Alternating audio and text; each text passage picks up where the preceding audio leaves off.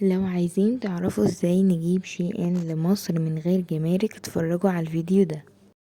اول حاجة طبعا شي ان غني عن التعريف، وهو موقع او ابليكيشن يعني كبير جدا جدا جدا، وشي ان موقعه في الصين. طيب احنا علشان نطلب شي ان لمصر بندفع جمارك بتكون غالية جدا، واحنا مش بنعرفها، احنا بنتفاجئ بيها. ازاي؟ يعني مثلا لو احنا طالبين اوردر على شي ان مثلا ب3000 او 4000 مثلا، يعني ممكن تطلبوا ب1000 ب500 جنيه براحتكم يعني. بس اكيد مش هنبقى جايبين حاجة من بره مصر ونطلب مثلا بسعر قليل. يعني نحاول ان احنا مثلا نحوش شوية، ونطلب مثلا اوردر كويس مثلا ب1000 او 2000، او مثلا انتم واصحابكم تجمعوا مع بعض وكلكم تشتروا مع بعض وكده، يعني فاهمين قصدي. ف مثلا لو انتوا جايبين اوردر ب3000 مثلا، فممكن الجمارك تدفعوا عليها اكتر او اقل على حسب. احنا مش بنعرف، احنا بنتفاجئ ازاي؟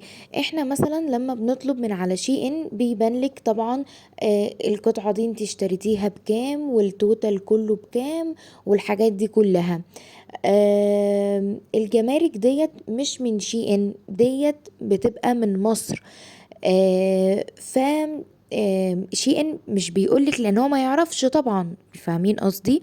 ده المندوب لما بقى بيكلمك مثلا، يا فندم انا هجيب لك الاوردر دلوقتي هوصله لك على البيت او كده، فبيقولك مثلا الحساب كذا، الجمارك كذا. ممكن الجمارك تبقى ب4000 5000 2000، يعني ممكن الجمارك تبقى يعني بأكتر من فلوس الأوردر أصلا.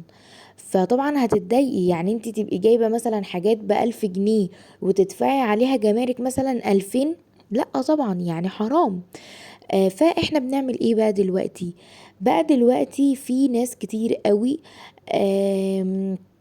يعني عندها قرايبها او صحابها بره مصر، يعني بيطلبوا شي ان من بره مصر، ويعني بيبعتوها لاصحابهم وكده، واصحابهم بيبعتوها لهم. طب ما كده هندفع جمارك؟ لا، لان ممكن يبعتها مثلا مع شركات شحن، ممكن مثلا يتعامل مع شركة شحن، فهي ممكن تبقى غالية شوية، مش رخيصة قوي، بس برضو في مش غالي قوي يعني. بس مش هتبقى زي الجمارك، وبعدين هنكون عارفين السعر، مش هنتفاجئ مرة واحدة، فاهمين قصدي. وكمان برضو في طريقة تانية، ان دلوقتي بقى في بيدجات كتيرة قوي بتجيب حاجات شي ان، ومثلا بتعمل يعني بيجيبوا من السعودية ومن السعودية لمصر، بيعملوا مثلا الريال في 8.5، او يعملوه في 9 على حسب كل بيج، وبتضرب الريال في كام. وبس كده، ما تنسوش بقى تعملوا لايك وشير وسبسكرايب وكومنت.